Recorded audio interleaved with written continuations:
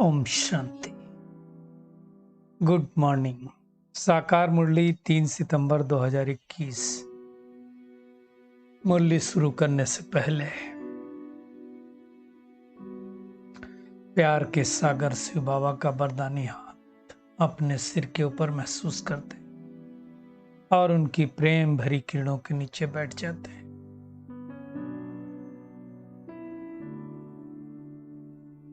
अनुभव करें, मैं प्रेम स्वरूप आत्मा हूं, प्रेम के सागर की संतान हूं, बाप समान नॉलेजफुल हूं। मीठे बाबा ने कहा, मीठे बच्चे आपस में एक दो को बाप की याद में रहने का इशारा देते, सावधान करते, उन्नति को पाते रहो। अगर एक दूसरे को हम याद दिलाएंगे तो दोनों को याद हो जाएगा ना। हमको याद था तो हमने याद दिलाया, और सामने वाले को नहीं याद था तो याद दिलाने के बाद उसको याद आ गया, तो दोनों का फायदा हो गया ना। आज का प्रश्न है, बाप समान नॉलेजफुल बनने वाले बच्चों के जीवन की मुख्य धारणा सुनाओ। बाबा ने कहा, वे सदैव मुस्कुराते रहते, बस हंसते नहीं है, जोर जोर से मुस्कुराते रहते हैं। कभी किसी बात में उन्हें रोना नहीं आ सकता है।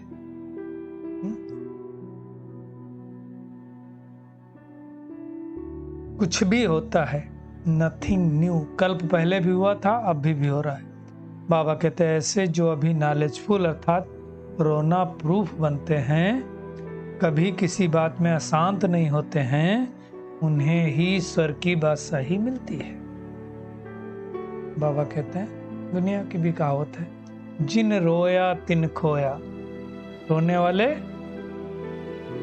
अपना पद गवा देते हैं। रोना नहीं है। अब रोना तो एक तो हो गया आंखों का रोना, चीखना चिल्लाना, दूसरा मन का रोना भी होता है।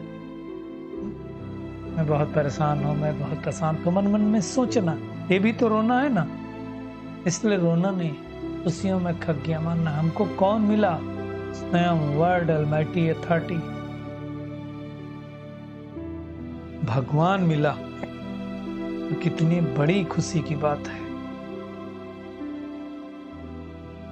आज का गीत है, तुम्हें पाके हमने जहां पा लिया है, ये जमी तो जमी आसमां पा लिया है। भगवान मिला, सब कुछ मिला। बाबा कहते हैं, ये है तो मीठे मीठे बच्चों का ही गाया हुआ गीत है ना। बाबा के तो सब बच्चे हैं। बाबा कहते हैं, अब तुम बच्चे जानते हो कि मैं बेहद के बाप के सामने बैठा हूं,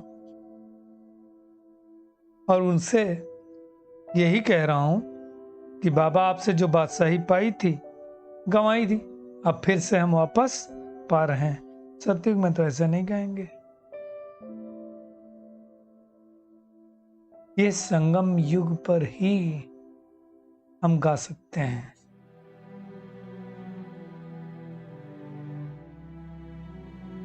सतयुग में तो कोई मतलब ही नहीं ना। बाबा कहते हैं, सेंटर्स पे भी यही समझाया जाता है कि बाप को याद करो, उस बाप को याद करो जिससे हम विश्व की बादशाही पा रहे हैं, और याद करेंगे तो मालिक बन जाएंगे। ये कोई नई बात नहीं है। कल्प कल्प हमने बाबा से बादशाही ली है, फिर से वापस ले रहे हैं। कोई नया सुनेगा तो उसको समझ में नहीं आएगा। वो क्या सोचेगा, ब्रह्मा बाबा को इसी बाबा कहते हैं। नहीं, उसके अंदर जो गुप्त रीत से बैठा हुआ उसको हम शिव बाबा कह रहे हैं। आत्मा को निराकार कब तक कहते? जब तक साकार तन न ले तब तक आत्मा निराकारी। बाबा कहते तो बच्चे जान गए हैं कि हम बेहद के बाप से नॉलेज सुन रहे हैं। रूहानी टीचर पढ़ा रहा है हमको। तो बाबा बार बार इशारा देते हैं कि बच्चे बाप की याद में रहो, और कहीं बुद्धि जानी नहीं चाहिए। बुद्धि जाती क्यों है? क्योंकि हमारा 63 जन्मों से तो शरीर देखने का अभ्यास पड़ा हुआ है, इसलिए बुद्धि इधर उधर जाती है। बाबा कहते हैं, आत्माभिमानी बहो, बाप को याद करो, वही पतित पावन है। उसको जितना याद करेंगे उतना पावन बनते जाएंगे। इसलिए मन मना बहु अक्षर भी है। मन मेरे में लगाओ, मन ही मन याद करो, और जितना याद करेंगे उतने विकर्म विनाश होंगे, और जितने विकर्म विनाश होंगे उतने हम विकर्माजीत बनते जाएंगे। बाबा ने कहा बहुत सूक्ष्म रीत से, और कोई उपाय नहीं है जो तुम विकर्माजीत बनो। विकर्माजीत बनने का तो कोई उपाय है ही नहीं ना। एक विकर्माजीत संबत, दूसरा है विकर्म संबत। विकर्माजीत संबत मतलब जहां विकर्म होते ही नहीं, और द्वापर युग से विकर्म संबत चालू होता है, जहां रावण राज्य हुआ वहां विकर्मी विकर्म होते हैं, विकार शुरू हो जाते हैं। तो बाबा कहते हैं वो आपस तुम विकर्माजीत बनने का पुरुषार्थ कर रहे हो। चेक करें मैं कितना विकर्माजीत बना हूं, चेकिंग करके ही पता चलेगा ना।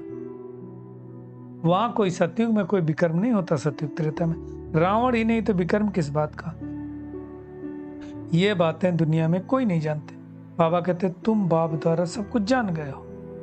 बाप को ही नॉलेजफुल कहा जाता है, तो बच्चों को नॉलेज ही देंगे और क्या देंगे। उनका पूरा नाम क्या है? शिव। वही पतित पावन ज्ञान का सागर, पवित्रता का सागर है। आत्मा उसको याद करती, दुखी होती तो वो पिता होगा तो भी उसको याद करेगी। आत्मा ही बाप की महिमा गाती, वो सुख का सागर है, शांति का सागर है। बाबा किसको वर्षा देगा? उसको भी वर्षा देगा।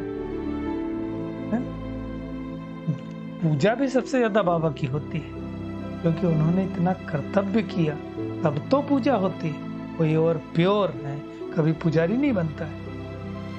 बाबा कहते हैं भक्ति मार्ग में तुम सबसे पहले किसको याद करते हो? मुझे याद करते हो। ज्ञान सूक्ष्म है, भक्ति मतलब बीज कहेंगे ज्ञान को। भक्ति का कितना विस्तार है। तो बाबा कहते हैं मुख्य बात क्या करो? मुझे याद करो, और जो वर्षा मिलने वाला उसको तुम याद करो। ज्ञान से ही तो हमारी सदगति होती है, कोई माथा नहीं मानना पड़ता है। बाबा कहते हैं बस मन मना भो। दुनिया में कितने धर्म पंथ हैं, सबकी अपनी अपनी रस्म रिवाज है ना। तो मुख्य बात है हमें बाबा को याद करना। हम ही उस परमात्मा की सच्ची सच्ची गोपी वल्लभ की गोप गोपियां हैं, दूसरा कोई नहीं है। सतयुग में तो गोप गोपियों की बात ही नहीं है। वहां तो सब कुछ कायदे मुजीब चलता है, राजा ही चलती है। बाबा कहते चरित्र तो वैसे कहा जाए तो परमात्मा के हैं। श्री कृष्ण तो है ही सर्वगुण संपन्न, 16 कला संपूर्ण। सारी सृष्टि को पावन बनना ये छोटा मोटा काम नहीं है, और ये परमात्मा का ही काम है। इसलिए बाबा कहता है ये बहुत बड़ी चतुराई है। मैं पतितों को पावन बनाने के लिए आता हूँ, और इस पार्ट में मैं बंधा हुआ हूँ।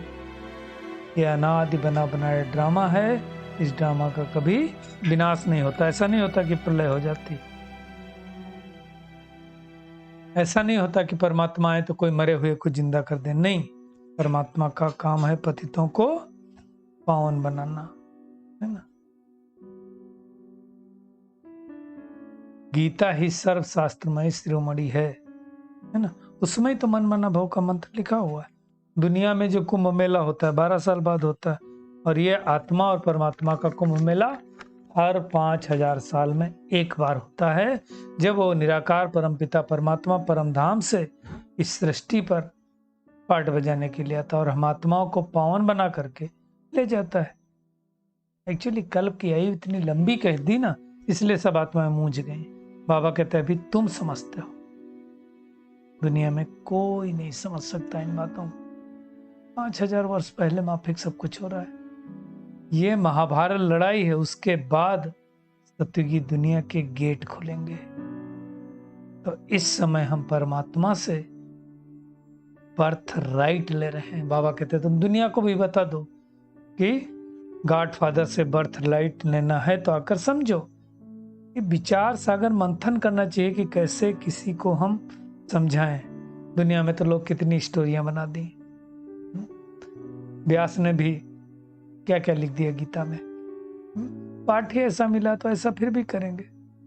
बाबा कहते तुमको बाप अभी आप समान नॉलेजफुल बनाते हैं। सतयुग में हम बहुत पीसफुल रहेंगे, वहां कोई शांति नहीं, वहां कोई रोता नहीं है, सदैव मुस्कुराते रहते हैं। बाबा कहते छोटा बच्चा भी पैदा होगा और रोएगा नहीं। यहाँ पैदा हुआ और नहीं रोया तो कहेंगे अब नॉर्मल है। तो सतयुग में तो ऐसा होता ही तो नहीं है। तो बाबा कहते तुमको ये प्रैक्टिस अभी से डालनी है, रोना नहीं है ना। ना बाह्य रूप से रोना है, ना मन का रोना है। रोएंगे तो बाबा कहते पद भ्रष्ट हो जाएगा। और फिर बाबा कहते रोना क्यों, तुम्हें तो पतियों का पति मिला है जो स्वर की बादशाही देते हैं, और ऐसा पति मिला जो कभी मरता नहीं, तो फिर रोने की क्या दरकार है।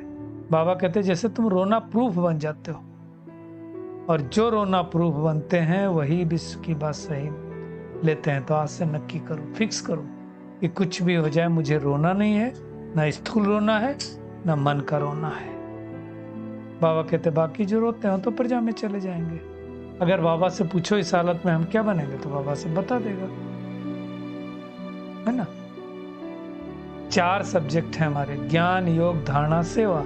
चारों सब्जेक्ट में हमको पास विधानर बनना है, मोह नहीं रखना है, दृष्टि होकर के सबको संभालना है। बाबा कहते ममत्व निकाल दो, ममत्व रखना है तो एक बाप में ममत्व रखो, उनको याद करो, उस कार्य में लग जाओ, अविनाशी ज्ञान रत्नों का दान करते रहो। बाबा ने फिर कहा कन्याएं तो फ्री होती हैं कर्म बंधन से, है ना। तो बाबा के पास कोई मेल और फीमेल का कोई भेद तो है नहीं। मुख्य बात है बाबा हम आत्माओं को बार बार समझाते हैं कि मुझे याद करो, मुझे याद करो, मुझे याद करो। बस पुरानी दुनिया को तो विनाश होना ही है, उसको कोई नहीं रोक सकता। बाबा कहते हैं कोई अफसोस की बात नहीं, ये खूने नाहक खेल हर कल्प होता है। नाहक सबका खून होगा, मतलब अर्थक्वेक होगा,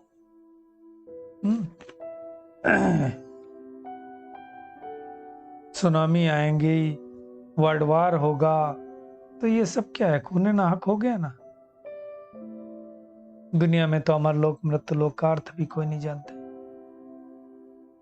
आज हम मृत्यु लोक में हैं, कल अमर लोक में होंगे।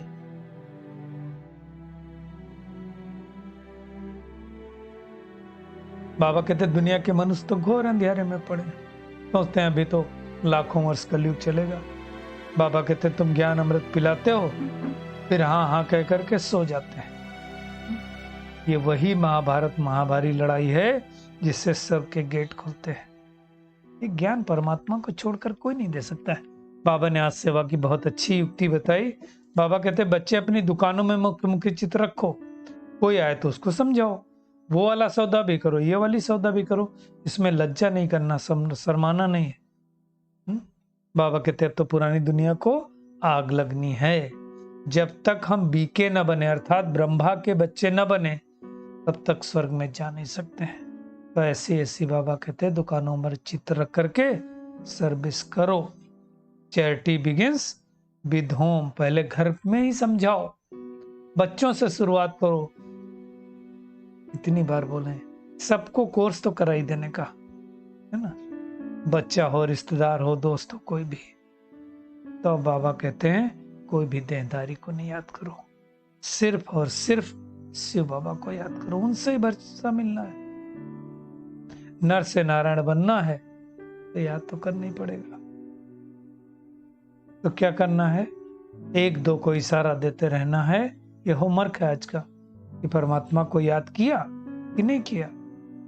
एक बाबा में ही सच्चा मोह रखना है, देहधारियों से ममत्व निकाल देना है, दृष्टि होकर संभालना है, विकर्मा जीत बनना है। इसलिए अब इन कर्मेंद्रियों से कोई विकर्म ना हो, इसका बहुत ध्यान रखना है। आज का बाबा का खूबसूरत वरदान है, साक्षीपन की श्रेष्ठ सीट द्वारा परेशानी शब्द को समाप्त करने वाले मास्टर त्रिकालदर्शी को। बाबा कहते हैं इस ड्रामा में जो कुछ होता है उसमें कल्याण भरा हुआ है। क्यों क्या का क्वेश्चन समझदार के अंदर उठ नहीं सकता है। नुकसान में भी कल्याण समाया हुआ है। बाप का साथ और हाथ है तो कल्याण हो ही नहीं सकता है। ऐसे शान की सीट पर रहो तो कभी परेशान नहीं हो सकते। बाबा कहते साक्षीपन की सीट परेशानी शब्द को खत्म कर देती है।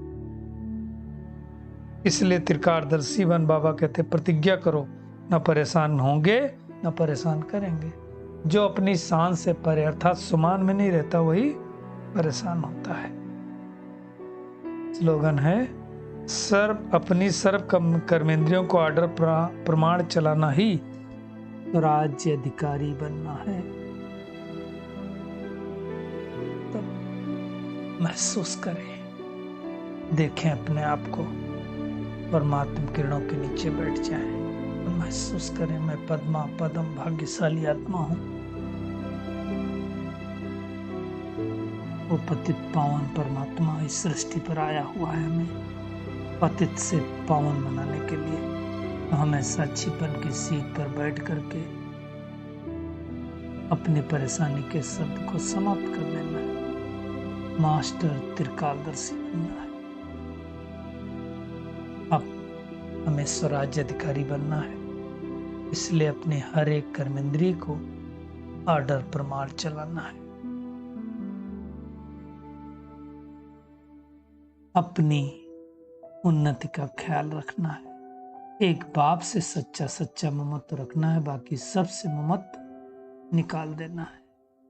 शुक्रिया मीठे प्यारे बाप दादा, शुक्रिया आप सभी का इस मीठे मंथन के लिए। ओम शांति।